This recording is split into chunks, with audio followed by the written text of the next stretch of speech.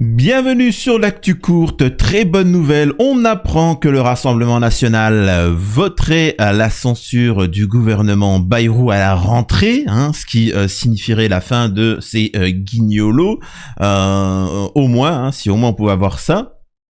Donc on va voir par la suite, parce que le RN c'est pas la première fois qu'il dit des choses mais qui ne vont pas jusqu'au bout, ce qui crée un mouvement de panique du côté du gouvernement et plus largement du système. On a François Hollande qui dit qu'il ne faut pas, il faut négocier, etc. Bon, on les connaît, on connaît le Parti Socialiste, on connaît François Hollande, et nous avons François Bayrou qui explique que la dette française, c'est de votre faute. Oui, c'est de votre faute. Vous gaspillez trop l'argent des Français. Oui. C'est assez phénoménal. Donc on va regarder ça ensemble, on va débunker chaque commentaire qu'il va faire. Nous avons aussi la rentrée de Pascal Praud qui, ayant peur faisant partie du système, essaye de détourner l'attention de ce qui est en train de se passer en accusant bien évidemment les étrangers. Pour l'instant on n'a pas encore entendu parler de l'Algérie, mais ça va venir. Je vous invite à vous abonner massivement pour soutenir la chaîne et partager. Alors, on démarre tout de suite. François Bayrou s'exprime et dit que c'est un moment... Écoutez. Madame et messieurs les ministres d'État, mesdames et messieurs les ministres, mesdames et messieurs, merci d'être venus nous rejoindre. J'ai souhaité cette communication de rentrée à un moment préoccupant et donc décisif de l'histoire de notre pays.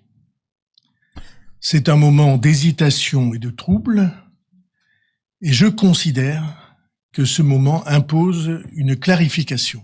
Alors, quand il dit ça, il parle de ses propres privilèges ainsi que sa bande de cas sociaux qui est devant lui.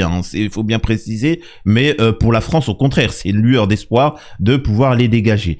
Et excusez-moi de la manière dont il parle, c'est très lent. Il faudra jamais faire un braquage avec lui. Mais qu'est-ce que vous voulez ? Donc on va accélérer la vitesse des vidéos. Et là, c'est vraiment indécent ce qu'il va dire. Écoutez ça, la France dans un dangereux paradoxe. Et puis il y a notre pays, la France, qui est dans un dangereux paradoxe. Un pays incroyablement doué dans tout ce qui est au sommet de la pyramide de l'œuvre humaine, du savoir, des sciences, des mathématiques, de la chimie, de la génétique, de l'algorithmique, du quantique, et puis des technologies et productions de pointe. Nous savons produire des lanceurs, des fusées, des satellites, de l'électricité nucléaire avec des centrales de première force. Nous avons les armements, nous savons produire les armements les plus sophistiqués, les meilleurs avions du monde, les meilleurs hélicoptères du monde, des navires, des sous-marins, y compris nucléaires. Des automobiles de qualité, pharmacie, chimie. Alors, pourquoi ça me fait rire ? Parce que tout a été délocalisé. On ne produit plus de médicaments en France. On l'a bien vu par exemple pendant la période du Covid, etc. Donc non, on ne produit plus. On est en pénurie. On est en pénurie. Pour ceux qui nous regardent hors de France, il faut savoir que nous ne produisons plus de médicaments. Nous sommes en pénurie d'antibiotiques. C'est pas le médicament le moins utilisé dans le monde, si vous voyez ce que je veux dire. Donc c'est quand même assez grave. Tout ce qu'il dit, c'est faux. On a tout bradé, on a tout exporté en France, on ne produit plus rien. C'est ça qui est assez exceptionnel. Donc, mais bon. Et là, le comble de l'indécence. Vraiment, âme sensible s'abstenir, écoutez ce qu'il ose dire. Et cela me permet de rappeler à tout le monde que la dette, oh le salaud, sont pas les gouvernements qui la consomment. Oh le salaud. Cette dette colossale, elle a été année après année consommée en dépenses courantes et en protection de nos concitoyens. Oh le salaud. Suffit de penser au Covid. Je dis ça devant Elisabeth Borne. Aux retraités pour quelques 600 milliards. Catherine et Astrid. 600 milliards sur les dernières années. Aux consommateurs en TVA réduite, aux fonctionnaires en salaire. aux assurés sociaux massivement, aux entreprises, c'est-à-dire aux salariés en baisse de charges. Parce que les baisses de charges, c'est pour que ceux qui n'auraient pas eu accès à l'emploi puissent trouver leur engagement dans l'entreprise. Alors, en bref, ce qu'il est en train de dire ici, c'est que si le pays est endetté, c'est à cause de vous. Hein. Vous êtes un petit peu trop gâtés, un peu, voilà, vous profitez un petit peu. En effet, il s'avère qu'il y a des Français qui ont une retraite. Ce sont des privilégiés et ça coûte cher à l'État. Bon, alors certains vont me dire, ils ont cotisé toute leur vie, c'est normal. C'est un détail. On explique que les fonctionnaires sont payés. Donc ils ont un salaire, hein, bon, forcément. Donc le problème, c'est que ça coûte cher hein, de payer des profs, des médecins, des hôpitaux et des policiers, des profs, etc. Donc ça coûte cher. Donc voilà. Est-ce qu'il ne faudrait pas ces gens-là leur priver de salaire? Voilà. Et puis s'ils se révoltent, on les met en prison. Je sais pas. On fait un truc comme ça. C'est quand même phénoménal. Là, c'est dit clairement. Là, normalement, là, dans n'importe quel autre pays du monde, c'est un appel à la révolte. Là, on est dans une dictature. Il dit ouvertement, ce qui coûte cher à l'État, c'est de payer les employés. C'est quand même fou.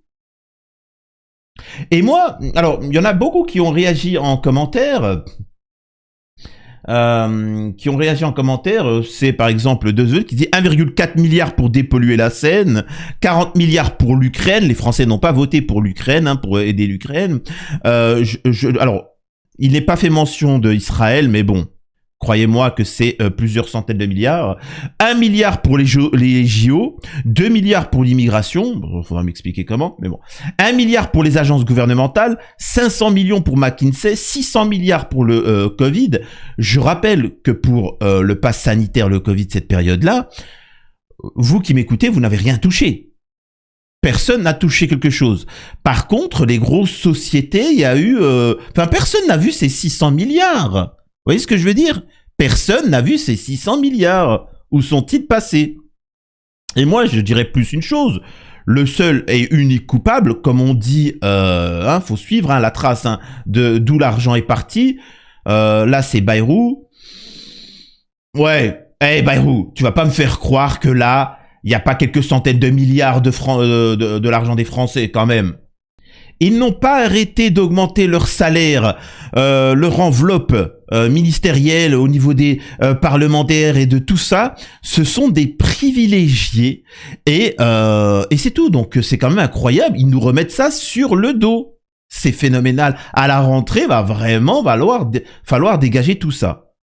Ensuite, il prend la parole pour expliquer qu'il fera un vote de confiance le 8 septembre. Et il chouine. Écoutez. Et s'il n'y a pas d'accord possible, alors je considère que l'action est impossible, c'est inatteignable, comme on le voit ces dernières semaines.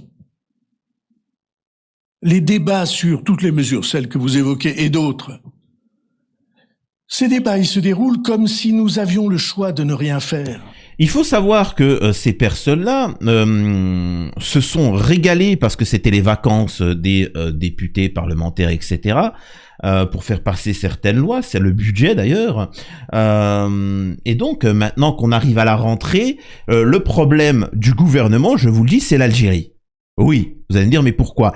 Ils ont trop appuyé sur Boualem Sansal et les polémiques sur l'Algérie pendant ces vacances.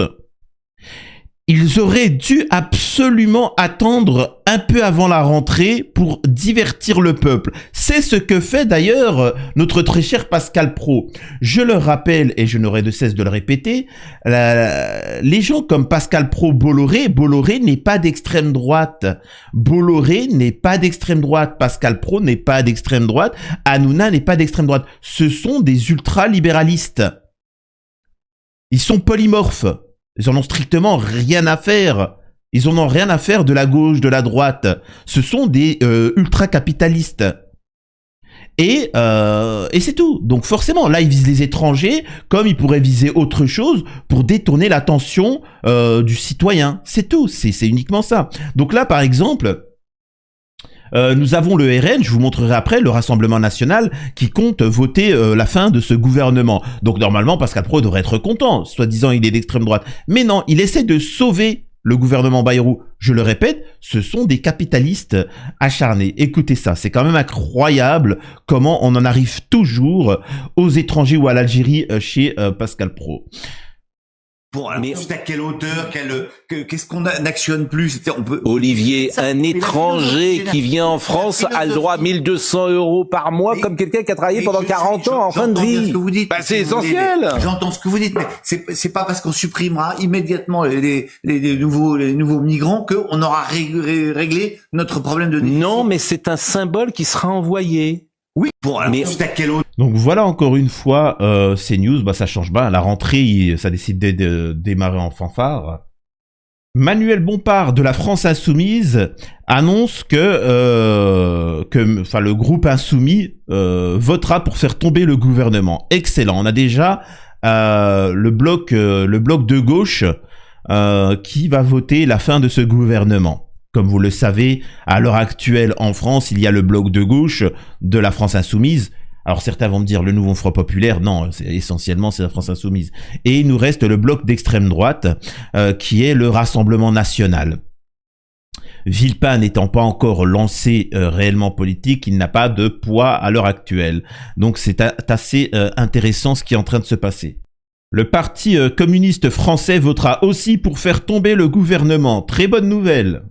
Et voici l'intervention de Mathilde Panot. Je crois que le chaos, c'est de laisser la politique macroniste continuer. Vous avez vu aujourd'hui que 84% des Français refusent que l'on supprime 2 jours fériés. Je rappelle que supprimer 2 jours fériés non payés sur l'ensemble d'une carrière pour quelqu'un, c'est 86 jours, donc un trimestre non payé. Voilà ce que propose le gouvernement Bayrou, de s'en prendre évidemment aux retraités, de s'en prendre aux malades, de s'en prendre aux chômeurs, de s'en prendre aux salariés. Et il en est évidemment hors de question. Donc plutôt que un chaos, c'est justement remettre les choses en ordre, c'est-à-dire faire partir un gouvernement qui est illégitime et qui n'aurait jamais dû pouvoir gouverner pendant 8 mois. Maintenant, le 8 septembre, chacun va être au pied du mur de ses responsabilités et je crois que nous avons donc la date où ils tomberont. Effectivement, on a la date. Et le problème, l'avantage, c'est que tous ceux qui ne voteront pas à la fin de ce gouvernement, en fait, valideront de facto ce système, et c'est pour ça que le Rassemblement National est au pied du mur. Donc voilà, moi comme je vous le dis, la priorité c'est déjà de faire tomber ce gouvernement. Donc j'espère que le Rassemblement National ira jusqu'au bout dans la censure de ce gouvernement. Comme je vous l'ai dit, voilà la nouvelle, le Rassemblement National ne votera pas la confiance au gouvernement de François Bayrou et appelle à une dissolution de l'Assemblée nationale. C'est quand même assez intéressant ce qui est en train de se passer. Elle appelle à une dissolution de l'Assemblée nationale, Marine Le Pen, et permettra aux Français de choisir leur destin. Après, si c'est pour choisir leur destin, comme on l'a fait précédemment en votant, et au final, qu'on le veuille ou non, le nouveau Front Populaire est arrivé en première position, le Rassemblement National en deuxième position, et on s'est retrouvé avec ni l'un ni l'autre. Ce qui est assez incroyable en France. Donc oui, on a la date de la fin de ce gouvernement pathétique qui a vécu sur l'Algérie tout du long pour essayer alors que c'est des incompétents. C'est des incompétents total. Donc bon débarras et espérons qu'on oubliera ça très vite, les actions de ces idiots. Donc voilà pour les dernières nouvelles. J'espère que ça vous plaît. N'hésitez pas à commenter. Et à la prochaine sur l'actu courte.